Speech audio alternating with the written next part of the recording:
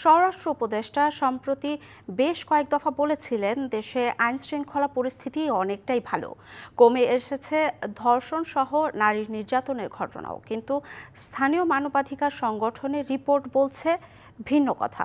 মানবাধিকার সংস্কৃতি foundation MSF সংগঠনের দাবি, নারী নির্যাতন ও ধর্ষণ সহ নানা অপরাধ প্রবণতা ফেব্রুয়ারির চেয়ে দ্বিগুণ বেড়েছে মার্চ মাসে।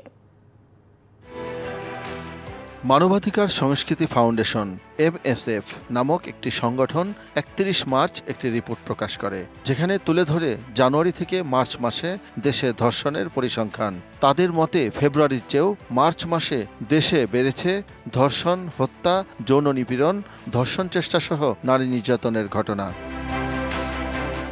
মার্চ মাসে 132টি ধর্ষণের ঘটনা ঘটে, যেখানে ফেব্রুয়ারি মাসে ধর্ষণের ঘটনা ঘটেছিল 57টি। সর্বমোট শুধু মার্চ মাসেই 428টি নারী নির্যাতনের ঘটনা ঘটেছে। নারী নির্যাতন অনেক বেশি বেড়েছে এই ফেব্রুয়ারি থেকে মার্চে। অজ্ঞাতনামা লাশ উদ্ধারের ঘটনা সেটাও বেড়েছে। প্রত্যেকের নাম, কবে ধর্ষণ হয়েছে, কোথায় ধর্ষণ হয়েছে, place of occurrence, date of occurrence, এইগুলো সব আমাদের কাছে আমরা এক্সেল শিটে রাখি। তবে রিউমার স্ক্যানার নামক একটি প্রতিষ্ঠানের একটি রিপোর্ট বলছে, বিভিন্ন যোগাযোগ মাধ্যমে এ সম্পর্কিত অসংখ্য গুজবও ছড়িয়েছে।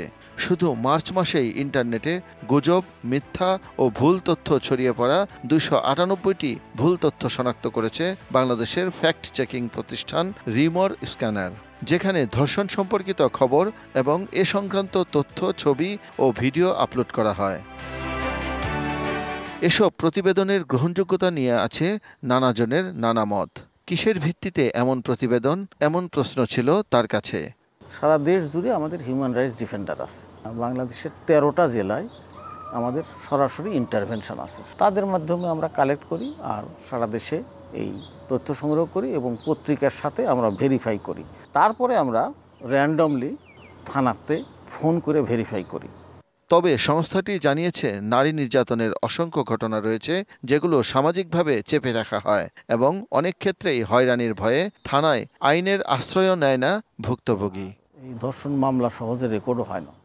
শাহ ইমন, ডিবিসি নিউজ, ঢাকা।